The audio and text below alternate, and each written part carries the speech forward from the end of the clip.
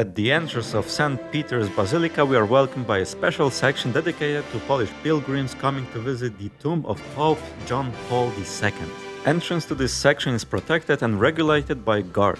In the chapel nearby is a relic of his blood preserved from the 1981 assassination attempt in St. Peter's Square. This adds emotional weight to this space, suffering, survival and forgiveness all in one place. The basilica rises to a total height of about 136.6 meters from the floor of the church to the top of the cross crowning the dome. This makes it taller than most cathedrals in the world and dominant over the Vatican skyline. Inside, the vertical space is just striking. The interior height beneath the dome reaches approximately 119 meters.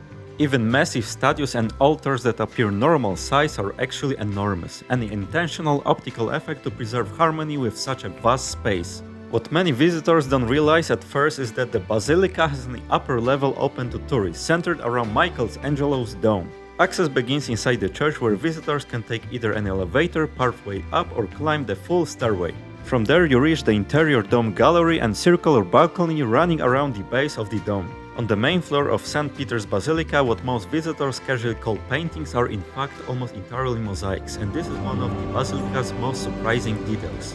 With very few exceptions, the large images you can see along the nave and in the side chapels are mosaics reproductions of famous paintings created to withstand humidity, candle smoke and centuries of use.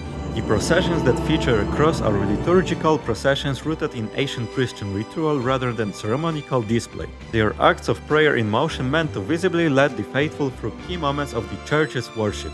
The cross leads deliberately, symbolizing Christ going before the church. The interior surface of the dome is entirely covered in mosaics, not frescoes. These depict Christ, the Virgin Mary, apostles, saints and angels arranged in ascending heavenly order. Around the base runs a monumental Latin inscription taken from the Gospel of Matthew, emphasizing Peter's role as the foundation of the church. The use of mosaics ensures durability while amplifying light, giving the dome its shimmering, almost weightless appearance despite its mass.